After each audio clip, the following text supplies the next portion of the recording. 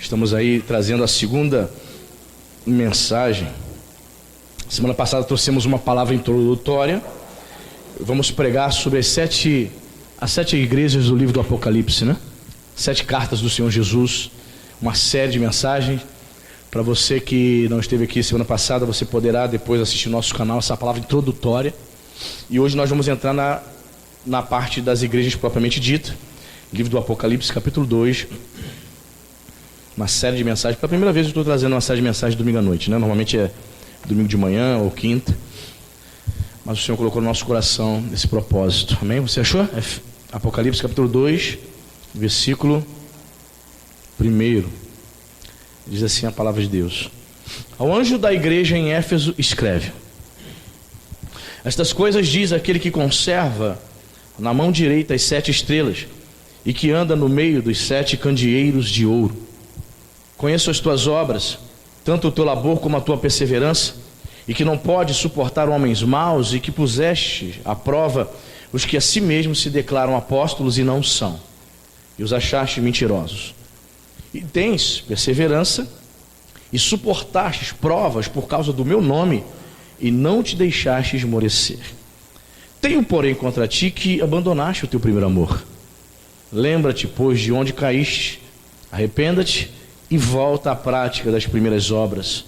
E se não, eu venho a ti e moverei do seu lugar o teu candeeiro, caso não te arrependas. Tens, contudo, a teu favor, que odeias as obras dos nicolaítas, as quais eu também odeio. Quem tem ouvidos, ouça o que o Espírito diz às igrejas. Ao vencedor, dar-lhe-ei que se alimente da árvore da vida, que se encontra no paraíso de Deus. Vamos orar? Senhor Deus, em nome de Jesus, Senhor, é grande responsabilidade, Senhor, de ministrar, meu Senhor, a tua palavra ao teu povo, à tua igreja. Contamos, meu Senhor, com sua graça, contamos com o poder do Espírito Santo, para que esta palavra ela não volte vazia, mas que produza nos corações, Senhor, o desejo de se render diante do Senhor, o desejo de viver uma vida santa, uma vida irrepreensível, Senhor, no mundo, meu Pai, que rejeita, em sua grande maioria, a mensagem da cruz. Que nós possamos, meu Pai, absorver grandes verdades nesta noite, que os corações estejam abertos em nome de Jesus. Senhor, que todo o espírito contrário, Senhor, corações endurecidos, nesta noite venham ser quebrantados pelo poder do Espírito Santo. Nos abençoe rica e abundantemente em nome de Jesus. Se você crê, diga amém. Amém. Quem está com calor, irmão? Quem está com calor aí? Tá calor? Em nome de Jesus, pode ligar ali, irmão. Não tem economizando luz, não. Pode. Tá ligando, não? Deve ser. Será que é a pilha? Tira. Não tá ligando. Vê de repente um disjuntor aí. De repente pode ter desligado aí equivocadamente. Ok. Então, irmãos, note bem. Vamos lá. Ao anjo da igreja em Éfeso escreve. Quem está enviando essa carta para o anjo? Anjo, lembrando aos irmãos, vem de uma palavra grega, angelos, mensageiro. Note bem, a carta do Senhor Jesus é para o mensageiro, para o pregador, para o pastor daquela igreja. Amém? Uns detalhes importantes acerca dessa região, dessa igreja de Éfeso. Éfeso, irmãos, era a cidade mais importante das províncias romanas da Ásia Menor, né? Era a sede da igreja principal da região. A sua área, né, era do tamanho, por exemplo, do estado do Ceará. Era uma área grande, né, Éfeso. Ali era realizado, nessa cidade, um culto à deusa Diana. Era o disjuntor, viu? Ali era realizado... Agora só olha para mim, deixa eu raciocinar. Ali era realizado o culto à deusa Diana, uma entidade feminina, um demônio, né, nessa cidade. Em seu templo era realizado toda sorte de imoralidade. Os romanos chamavam ela de Diana e os gregos chamavam ela de deusa Artemis, ou Ártemis, né?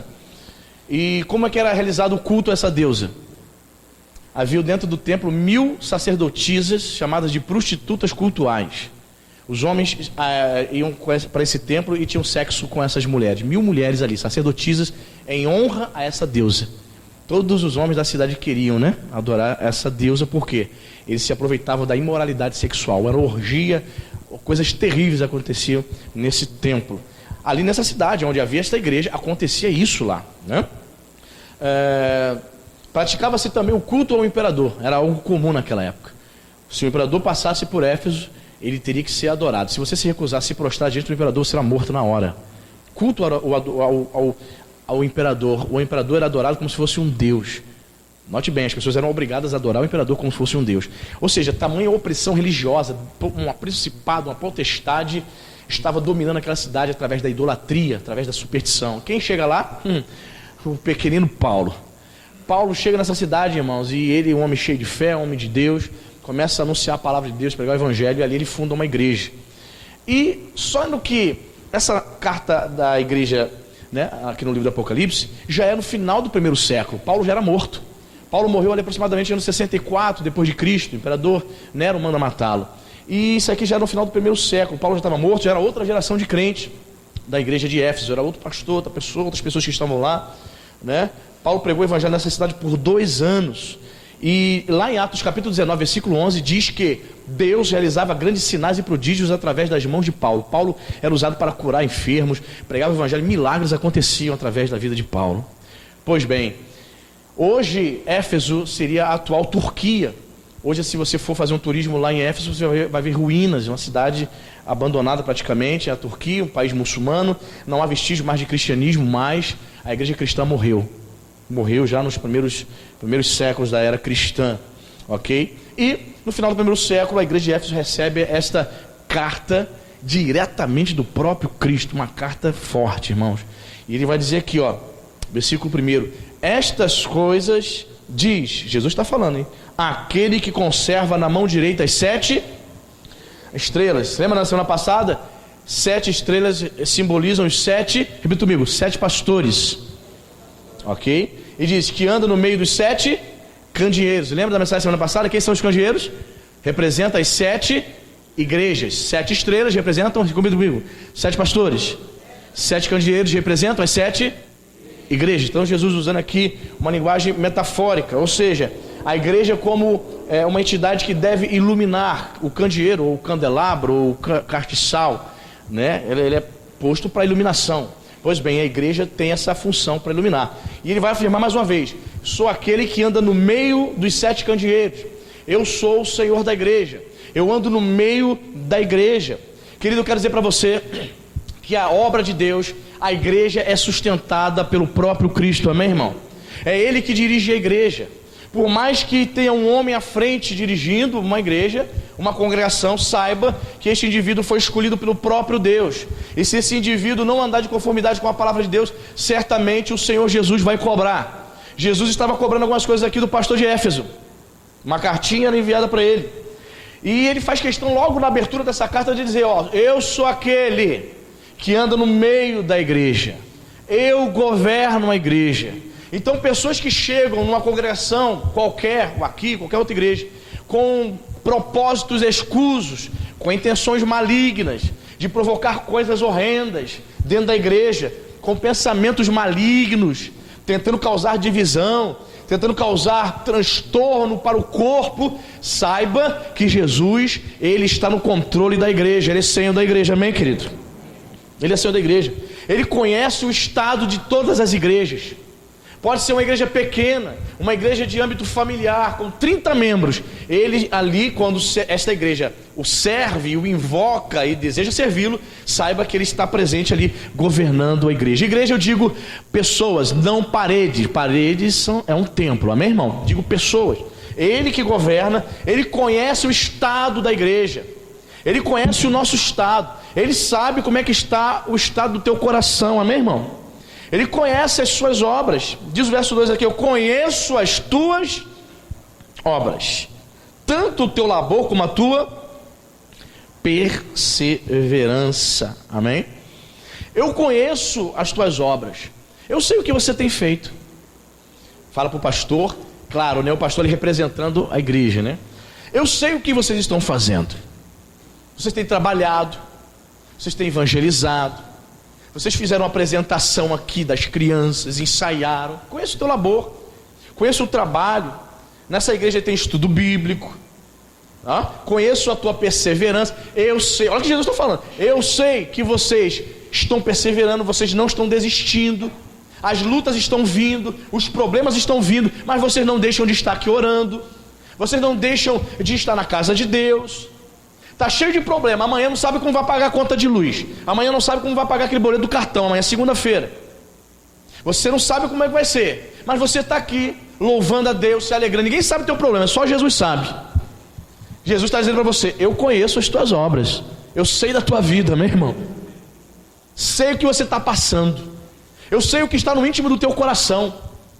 Conheço as tuas fraquezas, conheço as tuas virtudes. Esse é o nosso Deus, amém, irmão?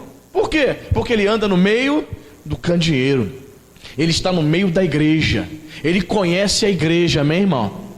E ainda no versículo 1 ele vai dizer, né, que Ele tem na mão direita as 7 estrelas dos pastores. Os pastores de Deus, eu não estou falando de pilantra, de falso profeta não, tá? Estou falando dos pastores de Deus. Os pastores de Deus, servos de Deus, são dirigidos pelo Senhor Jesus, amém, irmão? São dirigidos pelo Senhor.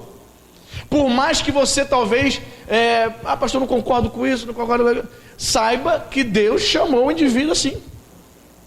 Por que, pastor? Não sei. Ele é soberano, Ele escolhe quem quer para estar à frente, para pregar o evangelho. Nem todo mundo tem chamado para ser pastor, para pregar o evangelho, no sentido de cuidar de uma igreja.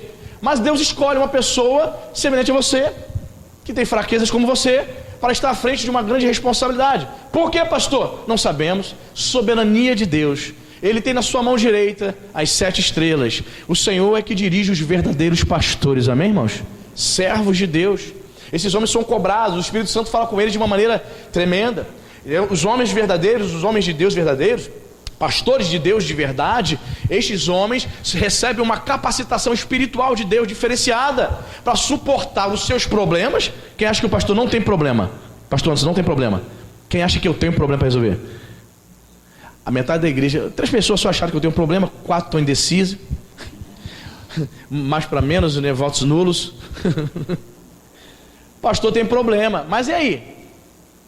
Aí vamos supor que você chega para mim e fala: pastor, eu quero fazer um gabinete do senhor.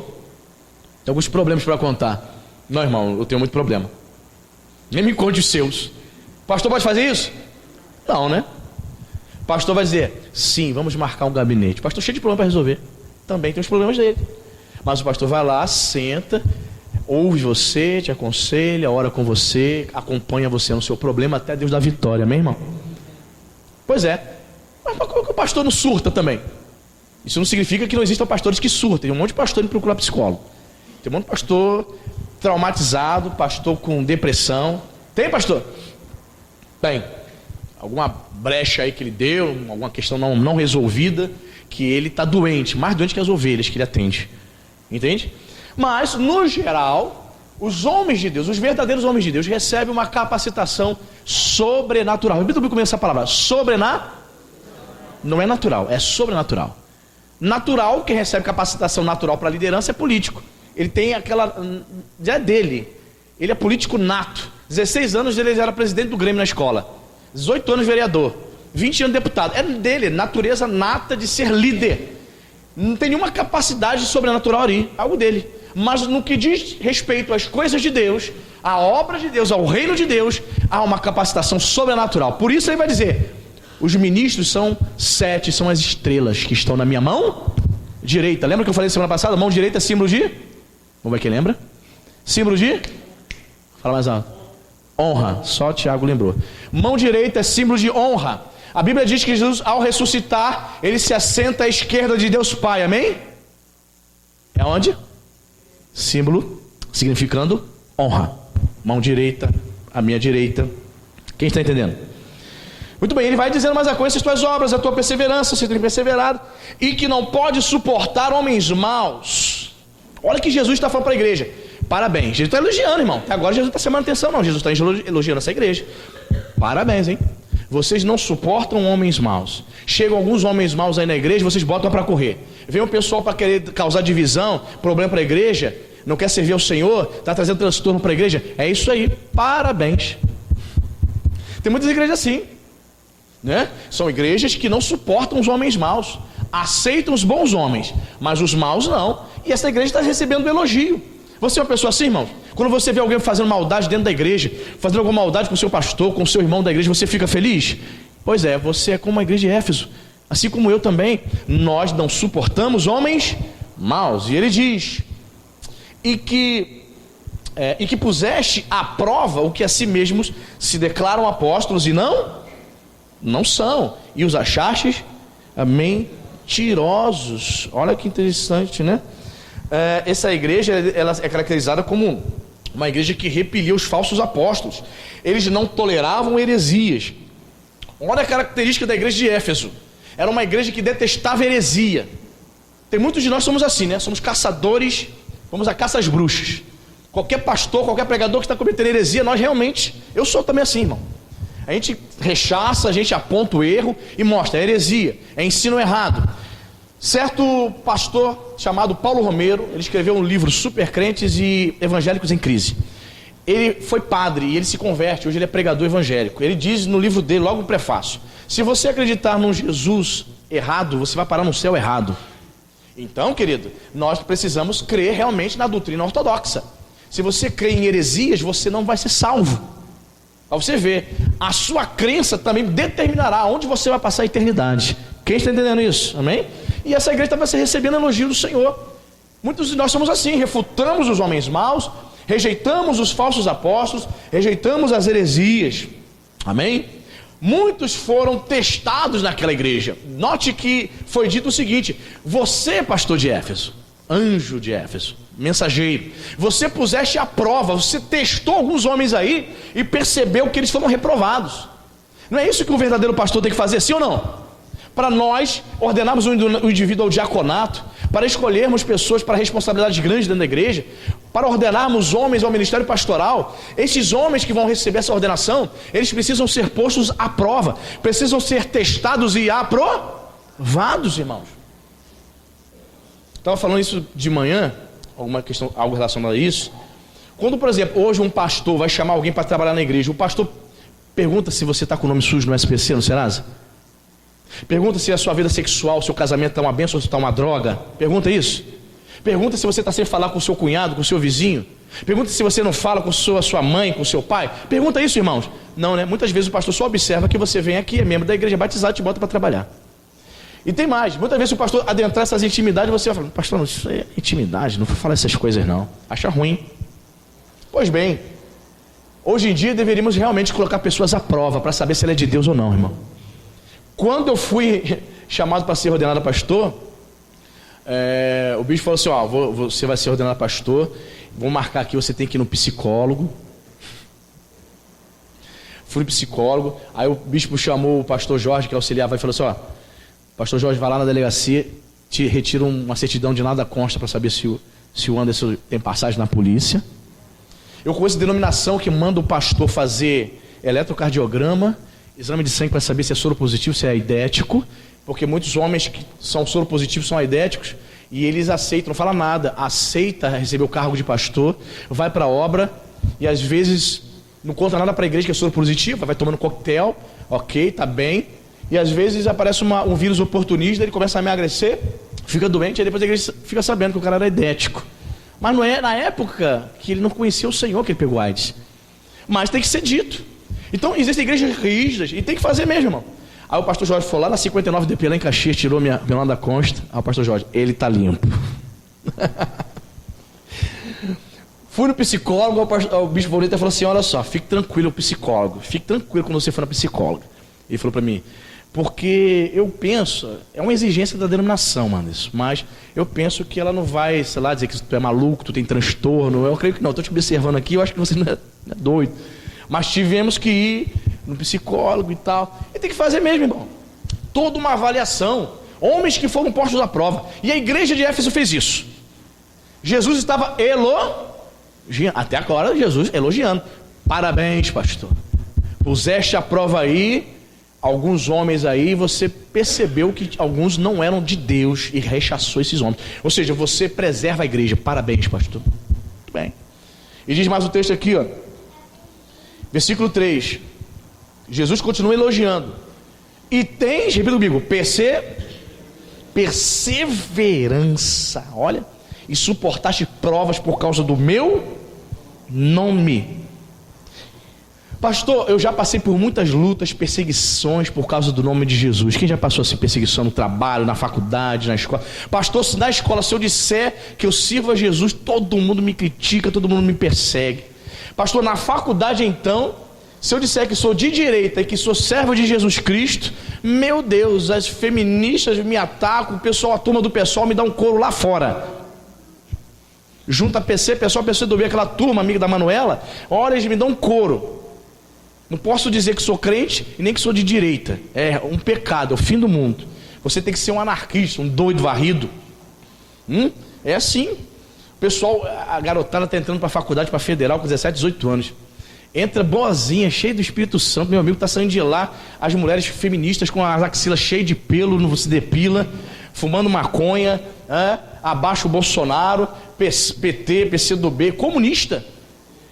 Ainda vejo professor de história de esquerda dizendo que não há doutrinação da escola na faculdade. Imagine se houvesse, né? Pois bem, esses homens aqui, queridos, eles haviam sofrido perseguições por causa do nome de Jesus. Irmão, você já sofreu perseguição por causa de Jesus? Eu já tomei um tapa na cara por causa de Jesus. Foi bem dado, meu óculos voou longe. Meu padrasto dentro da minha casa. Eu noivo da Cíntia com 18 anos. Por causa de Jesus. Por causa de Jesus tomei um tapa. Voei longe. Ele espírita. Ele odiava a minha fé. Novo convertido, praticamente. 17, 18 anos. Então essa igreja havia sofrido o que? Perseguições. Jesus estava elogiando. Olha, vocês têm perseverado. Tens perseverança.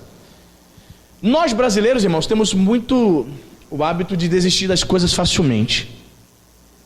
Começamos a fazer algumas coisas e paramos no meio do caminho. Uma faculdade começa com 60 alunos.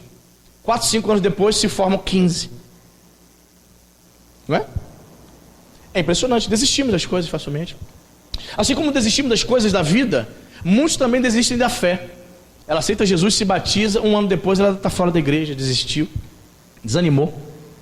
Bateu o desânimo, bateu a frustração. Aí eu pensei, pastor, que a vida cristã era um mar de rosas. Aí você descobre que dentro da igreja existem pessoas que se dizem crentes, mas elas agem com falsidade com você.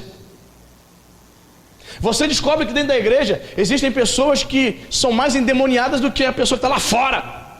Aí você fica assim, eu não imaginava que na igreja era assim. Aí você se escandaliza com Jesus e se desvia, esfria. Satanás consegue te enganar e te convencer de que é melhor ser crente em casa. Só que a igreja de Éfeso foi o contrário. Jesus estava aplaudindo, elogiando essa igreja no primeiro momento e dizendo, olha, tens perseverança. Vocês estão perseverando. E a marca do verdadeiro cristão é a perseverança, amém, irmão? Jesus vai dizer lá em Mateus capítulo 24, aquele que perseverar até o fim será salvo.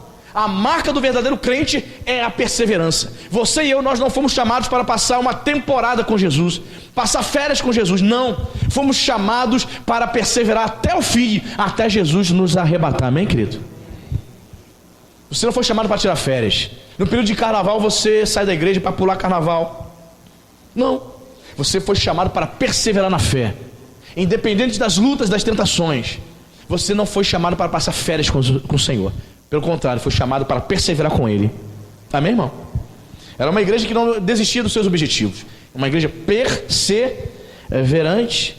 E diz mais, suportastes prova por causa do meu nome, e não te deixastes esmorecer. Olha, uma igreja que não desistia da fé.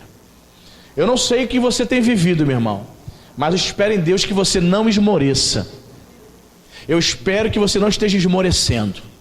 Eu não espero que você esteja olhando para mim agora, eu pregando aqui, e você pensando em voltar para o mundo.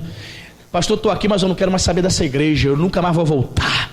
Eu não quero saber de Jesus nunca mais. Talvez você esteja aqui e esteja com esse pensamento. Repreende agora, é o diabo, amém, irmão? Repreende em nome de Jesus. Porque o Senhor te chamou não para esmorecer, mas para perseverar. Verso 4, aí Jesus começa, né? Acabou os elogios agora.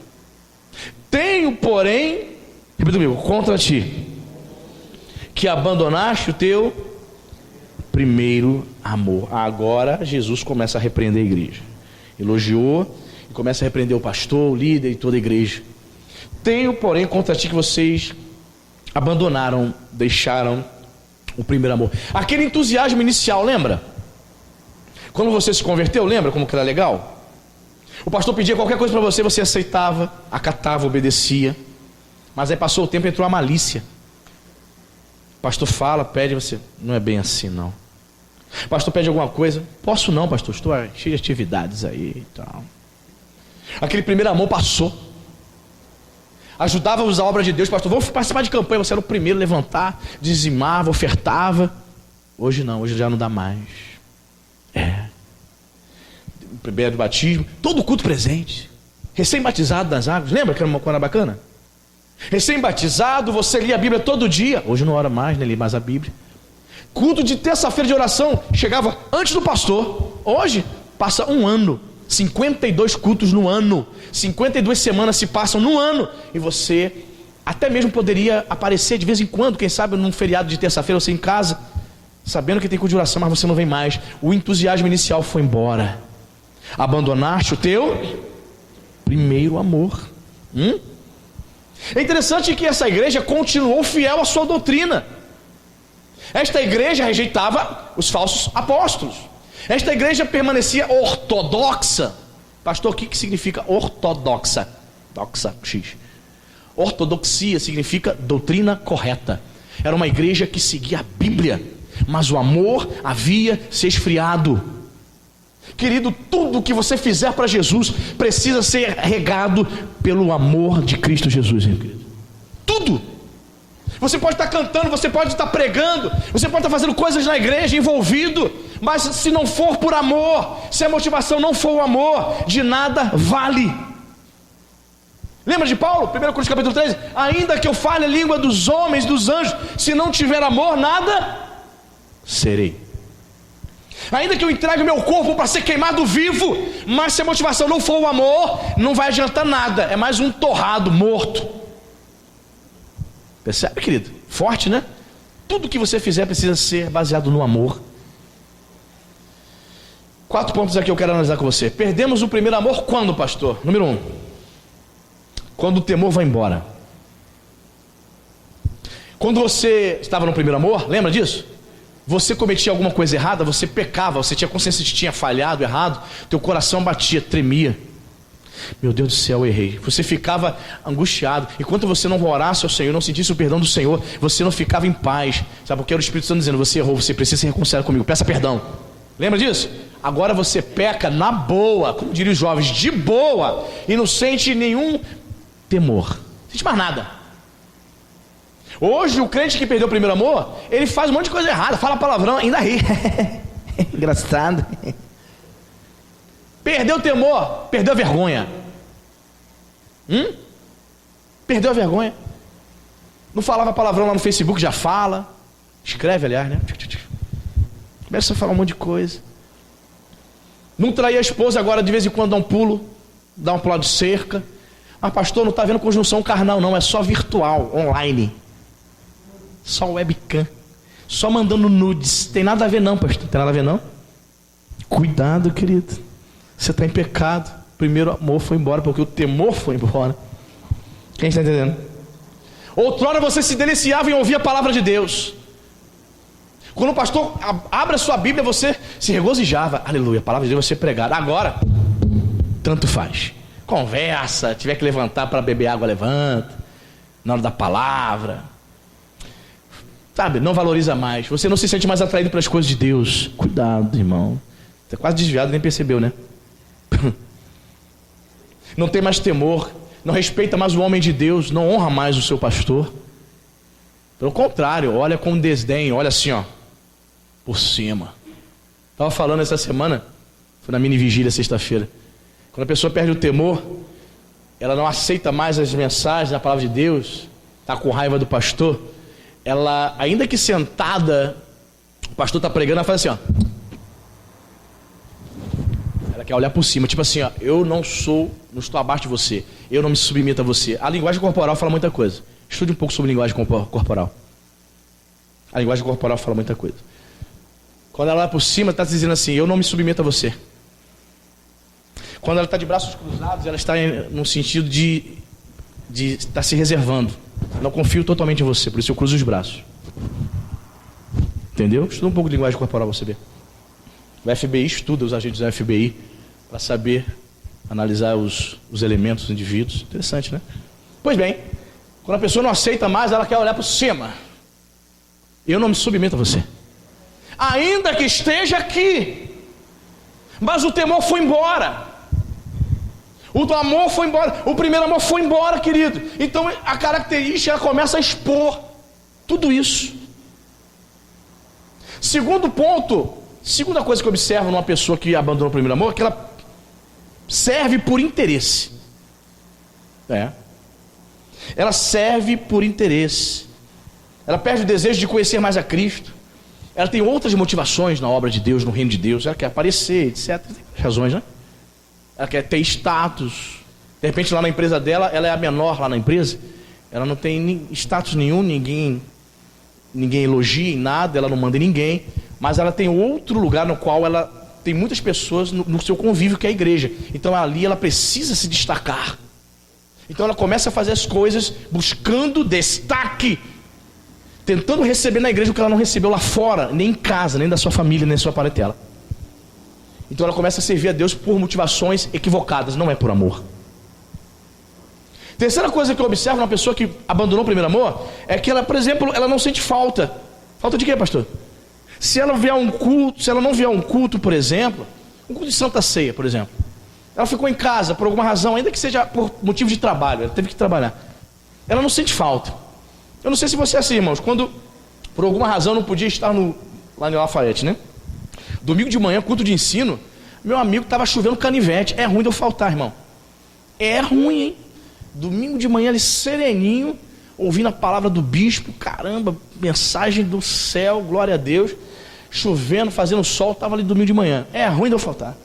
Às vezes, no ano, acontecia em um ano, poderia acontecer uma necessidade da família, e eu não poderia estar ali no domingo de manhã.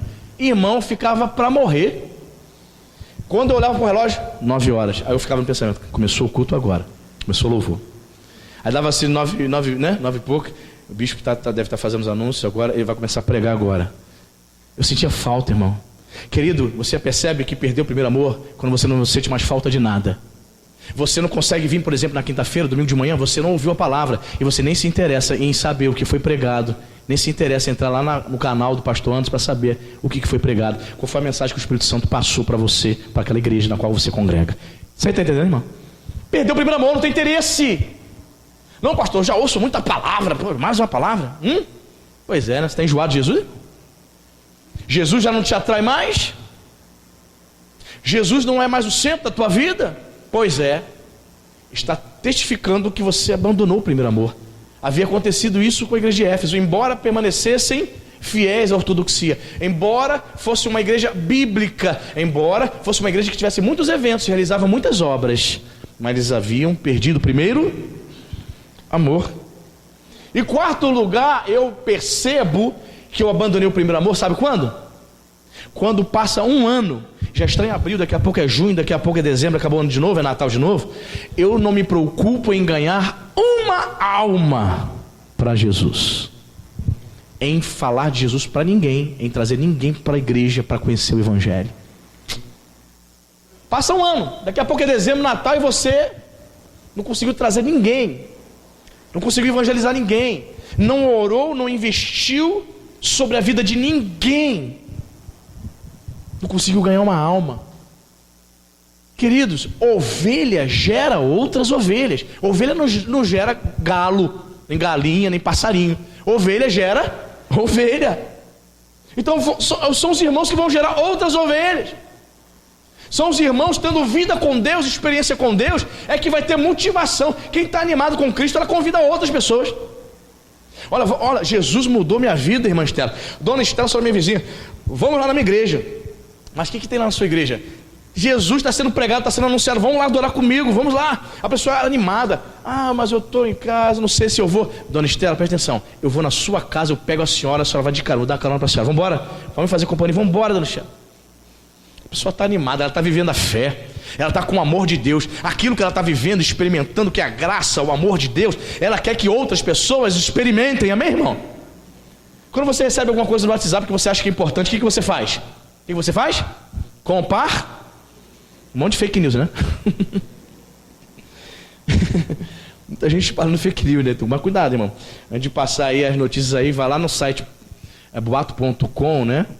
boato.org, para você saber se a notícia é verdadeira ou falsa. Esse site é especializado em detectar fake news. Quando nós entendemos que é uma notícia, por exemplo, em relação à saúde, você recebe, né? Uma notícia de saúde, caramba, isso é legal, acerca do coração, como cuidar do coração, aí você compartilha no WhatsApp, compartilha no Facebook, você compartilha porque você entende que é uma notícia importante. O Evangelho é a notícia das boas novas, é algo importante. Você precisa anunciar a salvação às pessoas que não conhecem Jesus, amém, queridos? Quando você abandonou o primeiro amor, quando você abandona o primeiro amor, fica testificado que você não evangeliza, não fala mais do amor de Deus. Diz mais aqui, ó. Versículo 5: lembra-te, pois, de onde caíste, arrependa-te e volta à prática das primeiras obras. Temos 3 tempos verbais aqui, ó. Lembre-se, arrependa-te e volta. Primeira coisa que você tem que fazer. Estou falando aqui, fazendo essas análises aqui, apontando algumas coisas nas quais, de repente, você como cristão pode ter caído, pode ter falhado, né? Aí você tem que lembrar. Paulo está dizendo, o Senhor Jesus está dizendo para a igreja de Éfeso o seguinte aqui: olha, vocês precisam fazer uma reflexão, fazer um exame da sua vida. Paulo que vai dizer aos Coríntios: examina-se, pois, o homem a si mesmo. Não sou eu que vou analisar a tua vida, é você que tem que olhar para dentro do seu coração, nas suas orações, no seu devocional, e analisar aonde você caiu. Lembre-se, procura, volta no tempo, volta aí, quem sabe um mês, e quem sabe o ano 2017. Talvez tenha sido o ano 2017, uns 2 anos atrás. Quem sabe foi há 3 anos atrás, você caiu, não conseguiu se levantar mais. Quem sabe há 5 anos atrás você tem caído.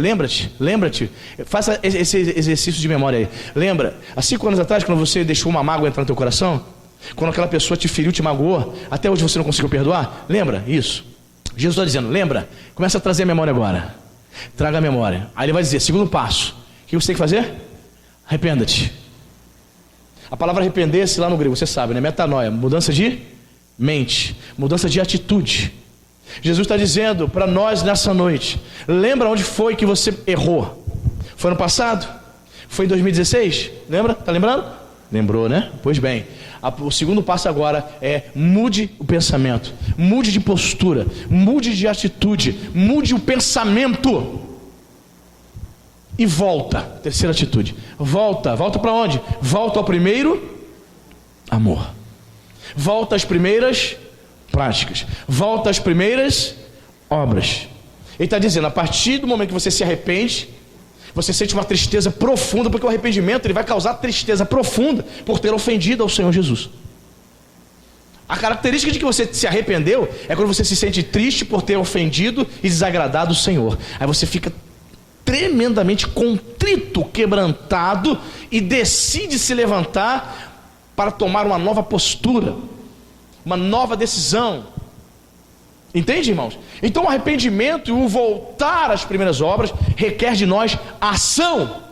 Você tem que se levantar do seu lugar, você tem que tomar atitude para dizer para Deus e para mostrar para Deus que de fato, de verdade, você se arrependeu e que você está voltando à prática das primeiras obras. Quem está entendendo?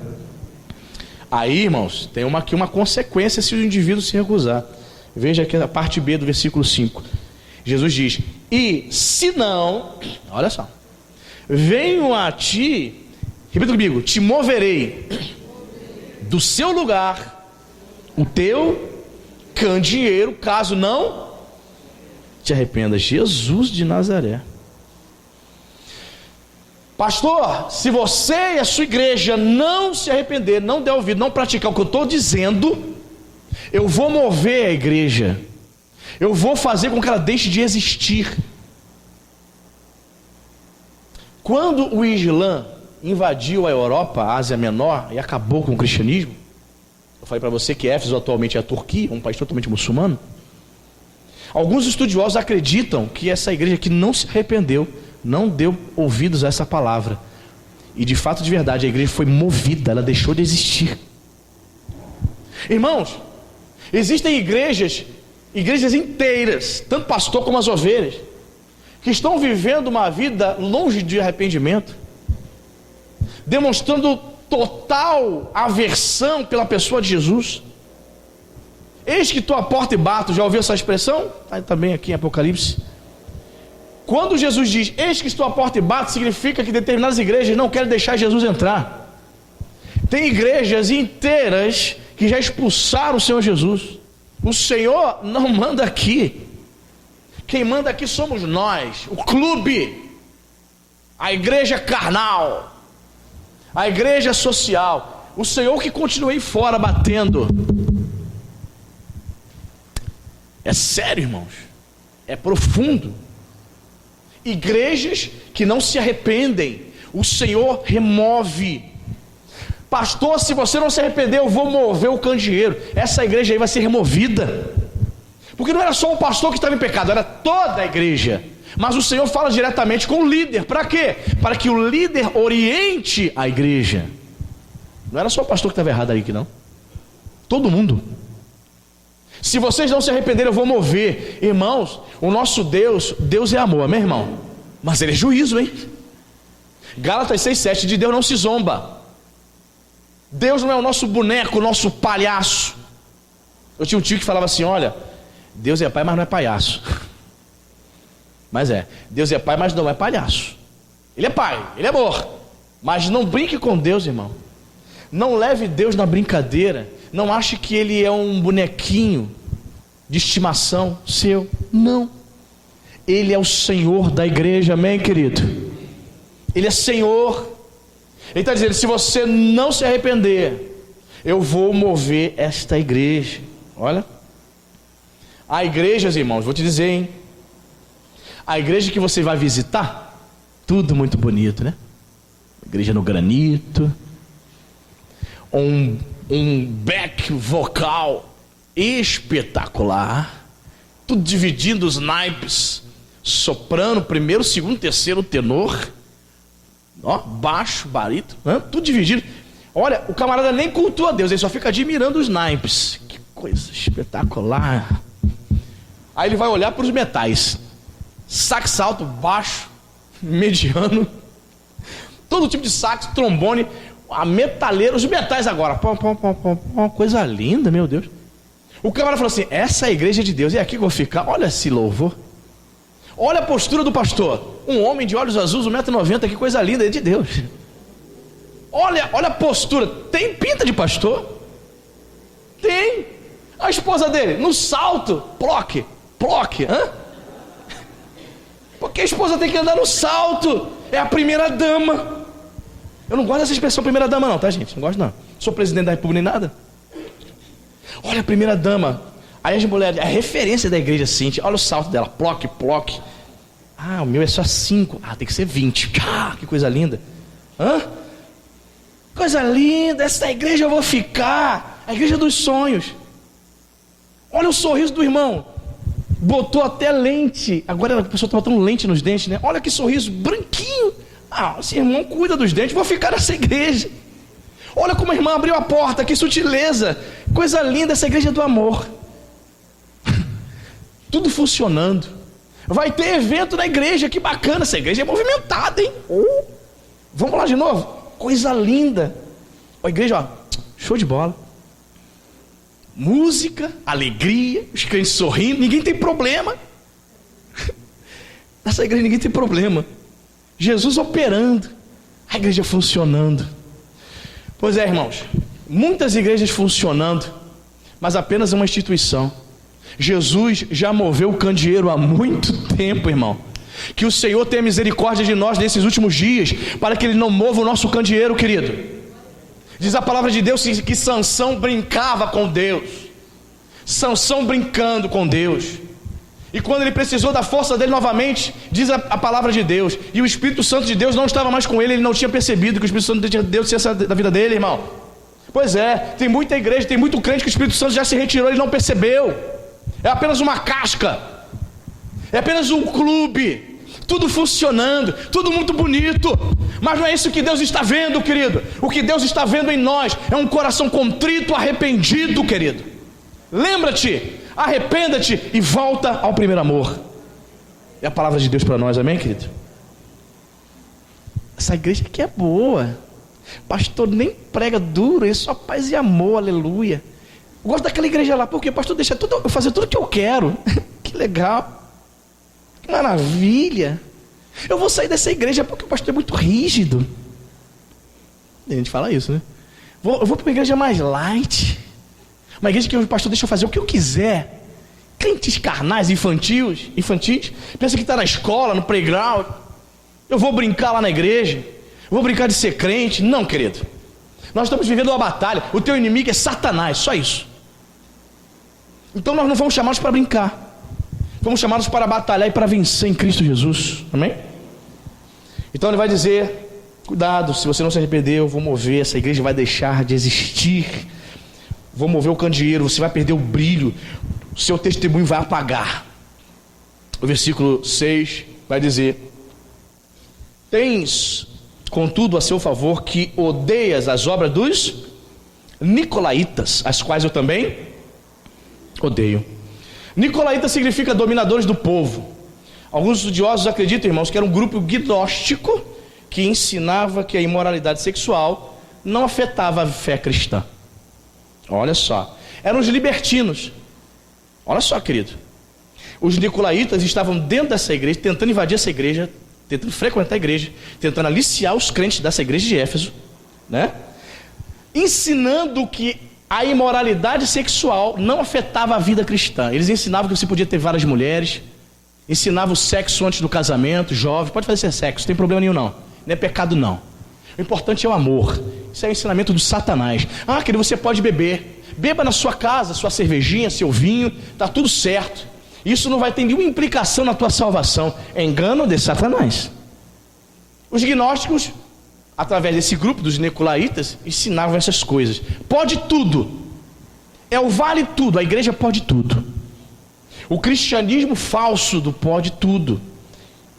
Só que Jesus elogia a igreja de Éfeso, o pastor também. Olha, tem uma coisa a favor aí. O que é, Jesus? Que vocês odeiam a imoralidade, eu também odeio. Que você, pastor de Éfeso, quando sabe e descobre que alguém está fornicando, você chega junto para ensinar, para corrigir. Parabéns, pastor de Éfeso, quando você percebe que tem casais dentro da igreja amaziado, vivendo amigado, você chega e corrige e diz que eles têm que casar, tem que se acertar, porque estão em pecado. Parabéns. Vocês são contra a imoralidade, também sou. Amém, irmão? A igreja é elogiada aqui, volta a ser elogiada, e Jesus deixa uma mensagem final para essa igreja. Quem tem ouvidos, ouça o que o Espírito diz às igrejas. Ouvidos aqui, irmãos, ele está se referindo ao ouvido espiritual, né? Porque o que tem de gente que ouve a palavra domingo após domingo não muda em nada, você não vê mudança nenhuma na vida dela. Você não vê mudança nenhuma no caráter dela. Domingo após domingo ouvindo palavra, às vezes até já se batizou nas águas, 1, 2, 3, 4 anos, 5 anos de igreja, e você não vê mudança nenhuma. Sabe por quê? Tem ouvido naturais, ouvidos espirituais não. Mas a mensagem de Jesus é: quem tem ouvidos espirituais, ouça, porque o Espírito Santo está falando com a igreja, amém? O Espírito Santo é Deus, amém, querido? Aceita testemunhas de Jeová, dizem que o Espírito Santo não é uma pessoa. Por que aceita? Porque distorce e ensina a palavra de Deus totalmente equivocada. O Espírito Santo é uma pessoa, irmão. Um texto prova, quer um texto prova? Efésios 4:30. Paulo vai dizer assim: não entristeçais o Espírito Santo de Deus, no qual vocês foram selados para o dia da redenção. Eu só posso entristecer uma pessoa, sim ou não? Eu posso entristecer esta planta de plástico, irmão? Posso entristecê-la? Por que eu não posso entristecê-la? Porque não é uma pessoa. O Espírito Santo é Deus. O Espírito Santo é uma pessoa. Então o apóstolo Paulo aconselha os irmãos: não entristeça o Espírito Santo pecando. Não entristeça o Espírito Santo fazendo coisas erradas. Entendeu, irmão? Então, queridos, o Espírito Santo fala, ele está vivo, ele está no meio do povo de Deus, amém? E diz mais aqui, Jesus vai dizer: ao vencedor dar-lhe-ei que se alimente da árvore da vida. Quem é o vencedor, irmão? O vencedor, querido, é todo aquele que ouve e permanece fiel à palavra de Deus. Nós estamos numa batalha, estamos numa luta, e numa luta nunca existirá dois vencedores, só existe um vencedor. Um perde e outro ganha. Poderia sair hoje os jogadores do Vasco e do Flamengo juntos carregando a taça, os dois agarrando, os dois times agarrando. Não, tinha que ter um vencedor. Sempre haverá o vencedor e o perdedor. O Senhor Jesus quer que eu e você sejamos vencedores, amém? Mas é necessária obediência, irmão. É necessário voltar ao primeiro amor, aquela pureza do início. Aquela pureza quando você se converteu na sua juventude, na sua adolescência, lembra? Coisa linda. Pois é, essa pureza que o Senhor quer. Não é essa malícia de hoje em dia, não. De encarar, desafiar pastor. É coisa de pastor. Sem temor nenhum. É isso mesmo, eu faço o que eu quero aqui. Meu Deus, estou cheio de medo. Impressionante. Ao vencedor. A batalha que está sendo travada contra Satanás, só um vai sair vencedor. Espero que você seja esse vencedor, amém, irmão? Ao vencedor, ele promete fazer o quê? Dar-lhe-ei que se alimente da árvore da vida, que se encontra no paraíso de Deus. Ou seja, a árvore da vida simboliza a participação da vida eterna em relação ao crente. Olha o que Jesus está dizendo. Se você se arrepender, se você voltar ao primeiro amor, se você for fiel a mim, se você der ouvidos à minha palavra, o que vai acontecer com o resultado? Você vai herdar a vida eterna. Se você não se arrepender, se você não der ouvido à palavra, se você desprezar a palavra do Senhor, se você não voltar ao primeiro amor, o que vai acontecer contigo? Você não vai obter a vida eterna. Simples assim e objetivo. A palavra de Deus é simples, amém, irmão? É simples. Se sim ou não. Ou é, ou não é. Assim é a palavra de Deus. Que você possa, em nome de Jesus, voltar ao primeiro amor. Quem sabe a sua vida não seja uma vida de devassidão. Não, pastor, eu sou uma pessoa eu tenho um caráter ilibado, sou uma pessoa respeitada na minha família, sou um homem e uma mulher respeitada na minha vizinhança. Todavia, só você, Jesus, sabe aonde você caiu. E você, está ouvindo essa palavra, sabe aonde precisa se arrepender e voltar. Amém? Fique de pé em nome de Jesus. Gostaria que você segurasse na mão desse irmão que está do teu lado. Eu vou orar pela sua vida.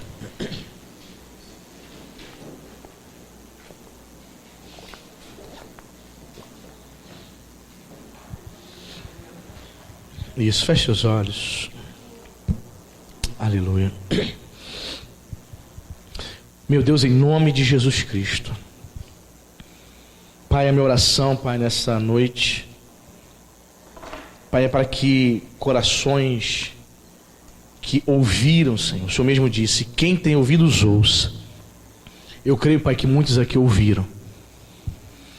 A minha oração, Senhor, é que cristãos que perderam o entusiasmo, Senhor, inicial, elas não saíram da igreja, elas continuam vindo à igreja, Pai.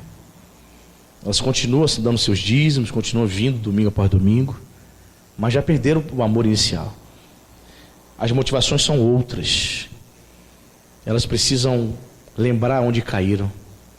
O que foi que aconteceu para ficar assim? Se arrepender, mudar o pensamento e voltar à prática das primeiras obras. Senhor, em nome de Jesus, que corações que talvez tenham caído no passado, Senhor, possam verdadeiramente se quebrantar diante de Ti nessa noite, se arrepender, Senhor, e possa, meu Pai, em nome de Jesus, voltar à posição, ao lugar ao qual o Senhor chamou esse meu irmão, esta minha irmã, Pai. O Senhor está no meio do candeeiro. O Senhor está no nosso meio, no meio da igreja. O Senhor é que dirige a igreja. Muitas vezes ficamos chateados com o pastor porque trouxe uma palavra dura, mas esquecemos que o pastor, o líder, é simbolizado pelas estrelas que estão na mão direita do Cordeiro. O nosso líder espiritual foi Deus que colocou na nossa vida para nos orientar, para nos motivar, para orar por nós, para pregar a verdade, para nos corrigir, para nos exortar. Ah, meu Deus, em nome de Jesus, que o nosso coração orgulhoso, altivo, possa, meu Pai, se quebrantar em nome de Jesus. Queremos, meu Pai, dar ouvidos à voz do Espírito Santo. Nós não queremos tapar os ouvidos para o Senhor, não, Pai. Nós não queremos sair daqui nesta noite da mesma maneira que entramos, Senhor, com o coração fechado, afundado no engano da soberba. Meu Deus, tenha misericórdia, Pai. Talvez, querido, você esteja aqui e a semelhança da igreja de Éfeso, você é uma pessoa que trabalha, faz as coisas para Deus, você refuta as heresias, você odeia as obras dos nicolaítas, você odeia imoralidade, você não se envolve com essas coisas, sua vida é uma vida de moral ilibada, mas o Senhor sabe, você sabe, aonde foi que você perdeu o primeiro amor. E o nosso Deus está presente aqui, querido. Ele está sondando a tua mente e o teu coração. Davi declarou no Salmo 139, sonda-me e me conheces. Sonda, Senhor, os corações. Tu conheces os nossos caminhos. Davi orou dizendo, Senhor, sonda o meu coração, vê se há em mim algum caminho mau. Talvez você esteja aqui e sequer saiba que esteja trilhando um caminho mau, mas o Senhor é que conhece de verdade teu coração. É Ele que sonda. Então você precisa pedir, Senhor, sonda o meu coração. Se eu falhei, se eu caí, eu me arrependo agora. Se eu errei, se eu permiti que coisas ruins entrassem no meu coração, Senhor, em nome de Jesus, me limpa agora, arranca, Senhor, esses sentimentos.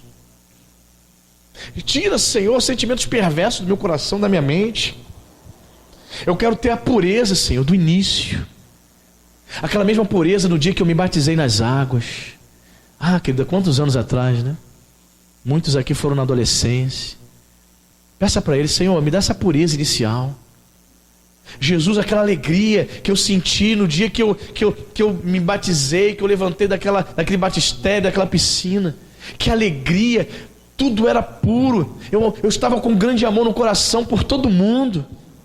Hoje você não ama todo mundo. Hoje você deixou de falar com o irmão A, com o irmão B. Você não vai mais com a cara dela, porque ela falou alguma coisa que você não gostou. Arrependa-te, senão eu vou mover o teu candeeiro, diz o Senhor. Se você der ouvidos à palavra de Deus, o Senhor Jesus promete ao vencedor. Você precisa vencer o diabo, querido. Só vai herdar o reino dos céus o vencedor. O perdedor vai para o inferno junto com o diabo.